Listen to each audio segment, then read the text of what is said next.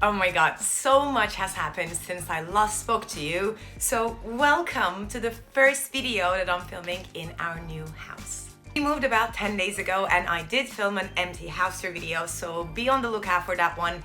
But today we're going to be talking about something completely different. Today's video is going to be about 2022 goals because I think it's the perfect time to think about what you want out of 2022. And why I feel about this is, you know that what day is it, period, between Christmas and New Year? I think those days, those 5-6 days are perfect to sit down, have a think, maybe execute some of the things that we're gonna talk about in this video. So I wanted to film this one for you right now. But before that, I need to tell you that I've been feeling extremely lucky for the timing of the move because we needed a lot of different items, some furniture, and it is sale season, the holiday sale season. So we benefited a little bit from Black Friday and it has been going on. So I've been doing a lot of shopping lately and I just have to admit that I haven't been only shopping for the house, I've been shopping for myself a little bit as well because, you know, gifts to yourself, Christmas gifts, holiday gifts. And this brings me to the sponsor of this video. Thank you so much to Ana Luisa for working with me on this video. Again, if you watched any of my previous videos, you know that I'm obsessed with this brand. I'm obsessed with their jewelry, the quality, the mentality of the company. And I'm so happy that they're working with me again on this video.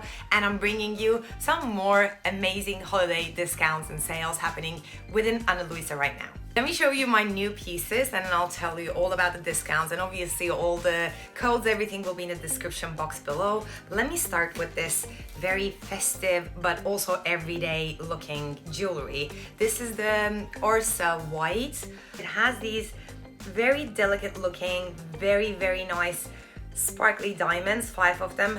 Some of them are big, some of them are small. I think it's just so good. Let me just put this on.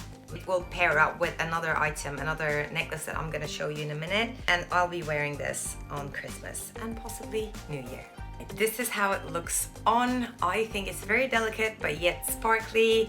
It's everyday but festive at the same time. I love this piece. The second one that I chose is the Elise Pendant, and oh my god, this is something that I will wear non-stop pretty much. And it is this gorgeous little necklace that actually matches with my earrings that I got from Ana Luisa a while ago. These are the Elise hoops, and this is the necklace, the pendant that goes with it. So I'm thinking about pairing these two together like this. Let me put this on as well and show you. And this is how they look stacked. I think it's just so gorgeous. Like I said, everyday or festive. I'll probably do both. I am absolutely obsessed with this. It's totally my style. It's not too over the top, but it's not too unnoticeable, if you know what I mean.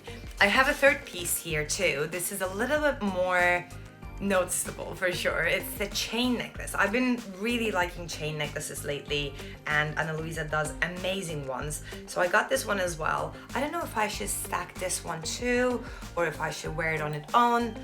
Let me know what you think about this. I'll leave the names of the particular pieces that I'm showing you today in the description box, along with the link that you can use to get a 10% off the whole website and a 60% off on the last chance item. So it's a massive discount.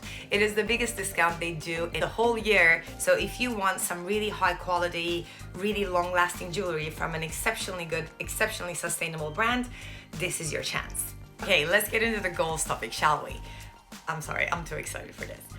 I first want to address this one thing that I think has been talked about a lot in the last years, especially if you should be setting New Year's goals, if you should be thinking about it at all. And my answer to this is absolutely yes. There is one thing about setting goals that puts you in a direction in life, and I think nothing can replace that. It's about being aware of where you're going, because if you don't have a destination, if you don't have a direction, you might end up somewhere completely different in your life. So I like this concept of designing your life, choosing a destination, short-term, long-term. Obviously it can change, but then setting goals around that so you're moving towards the life that you want to have in the end. So the answer to that is I think you should think about this topic for sure. And obviously in a post-COVID world, things are a little bit different. What I've learned in the last 2 years when it comes to setting goals, but also when it comes to literally everything in life, is that I should focus on controlling what I'm able to control. And obviously setting goals as well, I make made mistakes in the past that I set goals that are not completely up to me.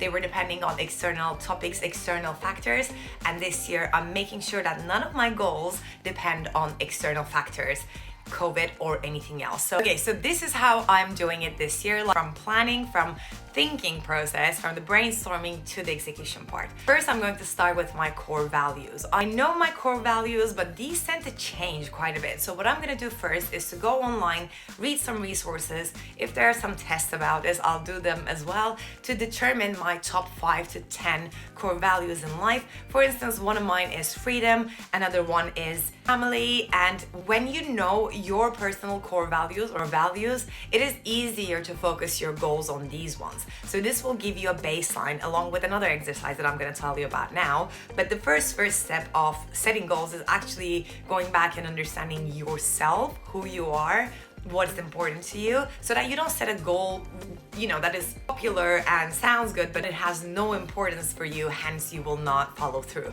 This is the key, in my opinion, about motivation and about accomplishing goals.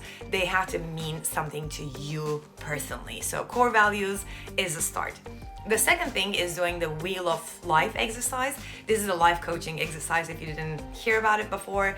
It's a very nice exercise to understand where you are at life at a given moment, and it gives you or makes you understand the balance between different life areas such as health, family, career, money, anything that you can think about. It can be 6 areas, it can be 12, many different resources online have different numbers. It doesn't really matter. It gives you a general idea of what is going really well in your life according to you and your standards, and what needs work in your opinion, so that you can start targeting these open to improvement areas when you're setting your 2022 goals. So these two things combined, your values and your Wheel of Life exercise outcomes, you have a base of what you need to be thinking about when it comes to setting goals. These are the areas that you want to improve or get better or change or work on in general. So this is my starting point. This is my brain dumping, brainstorming, thinking point. And after I do these, I'm gonna move on to the second step, which is actually defining the goals and some other things. New Year goals actually consist of 3 different things rather than just goals. There are resolutions, goals, and habits. And these 3 things are often mixed in terms of what is a goal, what is a resolution, and what is a habit. For instance, many people have the goal of reading more in the new year, which is actually not a goal because there is no end point to it. It's actually a habit. Losing weight or working out are habits. Losing 5 kilos by this time is a goal, for instance. So this is how I look at it as well. I set resolutions and then goals and then habits because, like I said, they're completely different things, and how you tackle them, how you execute them are also completely different things as well. So the first thing I do is to decide on my resolutions for the new year. Which are the things that I want to change for the better? Resolutions tend to sound like do more of this, do less of that, don't do this anymore, or do this kind of sentences. So these are more like decisions that you want to live by, your new mottos for the new year. And they're not things that you can plan in or break down like goals. These are more like, I don't know how to explain, like rules to live by, or not rules necessarily, but you know what I mean. These are the things that you want to do differently. The way to execute resolutions is to print them out or, write them nicely and put it somewhere that is visible to you every day, all day, so that you read it. Maybe write it in the beginning of your journal, your planner, somewhere that you can read it consistently until you change your behavior according to your resolutions, so that when the situation happens you had a resolution for, you have taught your mind, taught your brain that this is how you're going to do things moving forward. After you decide your resolutions, and by this time you know your values, you know what you want to do differently, and you know what is not balanced, what is not where you want it to be in life from your Wheel of Life exercise, now we can actually move on to goals. I think doing it in this order makes the goals bit quite easy anyway. You don't have to sit and think about, okay, what do I put for a goal? I don't have any goals. Once you do these 3 steps before, you'll know exactly what your goals are. If you don't, let me know in the comments and we can figure it out together. But it should be fairly easy rather than just sitting down and thinking, okay, what is my New Year's goal? It doesn't happen like that, for most people at least.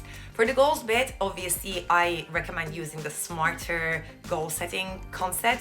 It doesn't have to be like very businessy, but the point is it has to be specific, it has to be timely, it has to be measurable, and you have to make it really, really clear that it's not a habit or a resolution. It is something, like I said, it's not something like I want to read more. It's more like I'm gonna read this book by this time, could be a goal. I'm gonna read 5 pages a day is a habit, right? So make sure that they are specific, measurable, timely, has an end date, has an end point. You know, this is the key thing.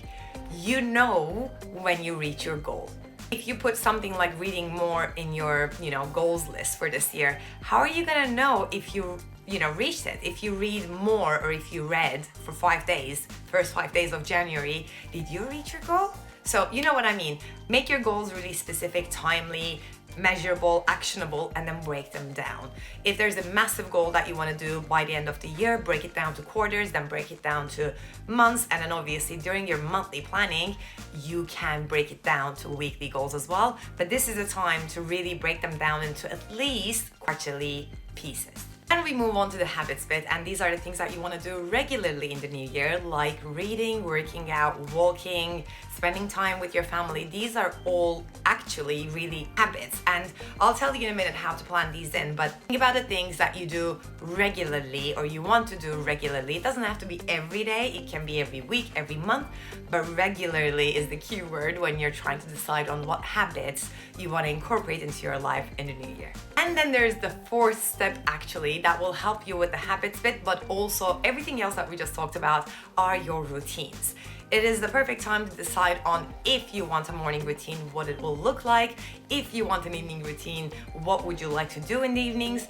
And then obviously, if you decided on some habits that require you to create routines around them, such as working out, make sure that you're thinking a little bit about your routines as well in this process. So to recap, it is core values, wheel of life, resolutions, goals, habits, and then routines. And now it's time to talk about the execution part just a little bit. If you do the whole exercise of getting your goals, resolutions, habits, whatever in place for the new year and do nothing afterwards, you just spend or wasted couple of hours, however long it takes you, for nothing. Many people set these goals and they just sit on a page or on a app, whatever, and they don't even do anything about these things. So it is very important that you finish this process by actually deciding and applying a system, an execution system, so that you can actually do these things. What my system looks like, what my planning system around these look like, is I like to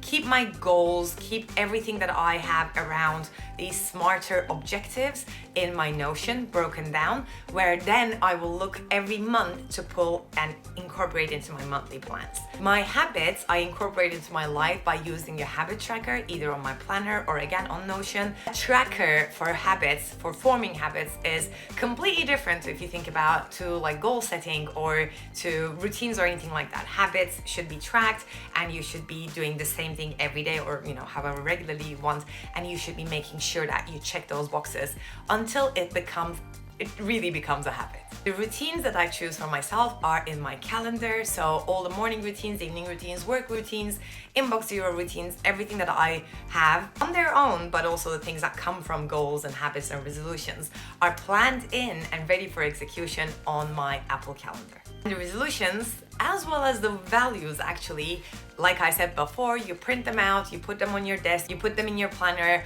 you put them on the desktop of your computer so that you see them regularly until you really start living by these rules, or until they change, because they totally can and they actually should. The part that is mostly forgotten about in all of this is actually goals. Habits, like I said, is on a tracker, resolutions on the desktop, and routines on your calendar. They're a little bit easier to, execute. I want to remind you that goals need to be planned in during your monthly or weekly planning sessions, planning routines, which are coming up in this channel every month. So if you're not subscribed, make sure that you are, not to miss out how I'm doing my monthly planning as well as my goal planning incorporated into that. I think that's about it. Don't forget to check out Ana Luisa for their massive, incredible holiday campaign. Let me know the pieces that you love, because I think there are so many pieces that I still want to add to my collection. The link is in the description box below. Thank you so much for watching. I wish you an amazing holiday season and great goal setting sessions in the next week or two. I'm looking forward to seeing you in the next video. Mwah!